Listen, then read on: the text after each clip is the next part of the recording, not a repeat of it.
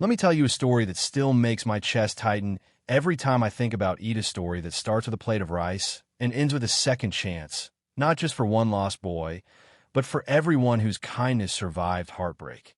I want you to imagine this.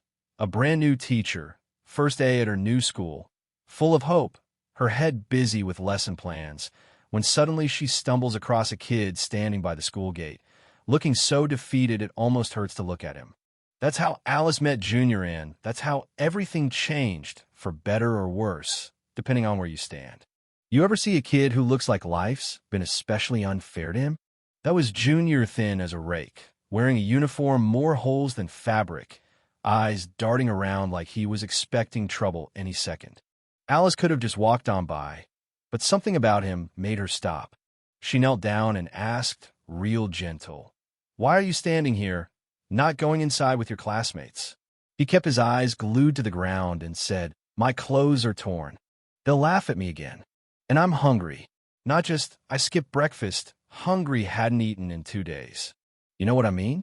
That's the kind of hunger that eats at your spirit." She led him to a tiny restaurant near the school and bought him a plate of rice and stew. The way Junior ate, like he was afraid someone would snatch it away, told her more about his life than any words could. When he finished, Alice tried to coax him back to class, promising to get him a new uniform. But the kid shook his head. "I can't go back like this. They'll just make fun of me again." Alice, maybe naive, maybe just kind, promised she'd help. "Wait here. I'll come right back." She meant it. But the moment she turned her back, something inside Junior just broke. He ran not home, not to school, but straight out of that village and into the unknown. Because sometimes, when life's beaten you down enough, running away feels like the only option left. That evening, Alice came back to the spot, expecting to see him waiting. But he was gone, vanished without a trace. She waited, then finally headed home, her heart heavy, but figuring maybe he went back to his family. But that was wishful thinking. Junior's uncle, let's call him Mr. Ogun, wasn't waiting with open arms. He was furious, swearing he'd punish the boy for running late, not even realizing the kid might never come home again. Word spread that Junior had last been seen with a new teacher. The uncle, desperate to save face, stormed into the school the next morning and accused Alice right there in front of everyone, called her a kidnapper, said she was some kind of witch hiding his son. Alice, stunned, tried to explain. "He was hungry, I fed him, that's all. But you know how small towns can, but whispers spread like wildfire. Next thing you know, the police are involved." Alice was arrested, dragged down to the station, peppered with questions. "Where is he? What did you do to him? Are you working alone?" She could only repeat, voice trembling, "I just wanted to help." Here's the twist no one saw coming while the whole village pointed fingers at Alice. Junior was hiding in the back of a yam truck, smuggled out of the village entirely by his own desperation. The day before, his uncle had given him an impossible choice, farm or school. "But if you pick school, you can't live under my roof." Imagine being 12 and having to choose between hunger and hope. Junior picked hope, even if it meant leaving everything behind. The truck rolled into the city, dumping Junior into a world that moved fast and didn't ask questions. He slept behind someone's house, hungry and scared, but at least free from the uncle's beatings. And yet, back in the village, Alice's world was falling apart. She sat in a cell, accused of something she never even dreamed of doing. Her husband forced to sell their house to pay for lawyers. Her daughter crying to stay with her in jail. Friends told her she was too kind for her own good, that helping others was foolish. But Alice just kept saying, "God will vindicate me." And in a way, she was right. Because Junior's path, as wild as it was, brought him to the doorstep of a woman named Madame Cherisha, wealthy businesswoman whose own pain had made her heart tender. One night, Junior overheard a sinister ritual outside her house, someone cursing her by name. The next morning, terrified, he warned her not to step outside. She listened, called her pastor, and after hours of prayer and olive oil and tears, nothing bad happened. When Madame Charity finally spoke to Junior, he pulled off his shirt and showed her the scars his uncle had left.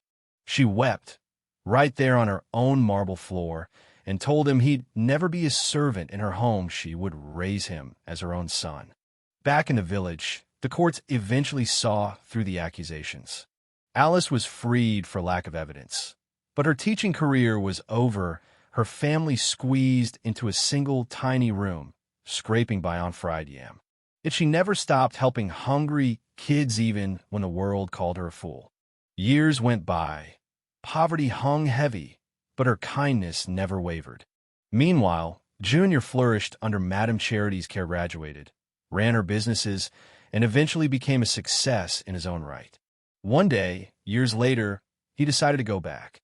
The village buzzed with remorse. A lost boy, now a man, returned from the dead, and, what's more, wealthy. His uncle and aunt, seeing dollar signs, begged his forgiveness. Junior wept as he heard how Alice had suffered for trying to help him. "Where is she now?" he asked. The answer sent him straight to her, still frying yam in the sunset, hands stained with oil, but heart as kind as ever. He knelt before her. "Please forgive me." Alice didn't even recognize him at first. When she did, she pulled him into a tight hug, tears streaming, serving him a plate of yam, just like she had that first day. That evening, he met her daughter, apologized again, and thanked them for showing kindness when he was at his lowest. Before leaving, Junior gave Alice a stack of money and promised to help lift her out of poverty. But the story doesn't end there, because when Junior got home and told Madame Charity what had happened, she called in an architect and began work on something special.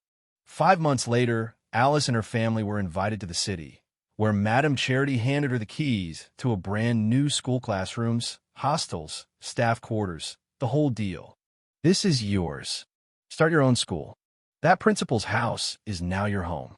Alice broke down in tears, her oldest dream come true. From then on, not only did she lift her family out of poverty, she gave hope to every child who needed a second chance. So, let me ask you, is Alice foolish for helping a hungry boy? Should kindness come with a warning label?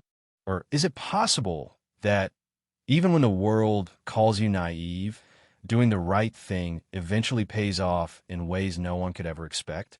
I want to hear your thoughts. Drop a comment, share your own story, and let's talk about what justice, kindness, and second chances really mean. If this story moved you, don't forget to subscribe and share with someone who needs a little hope today.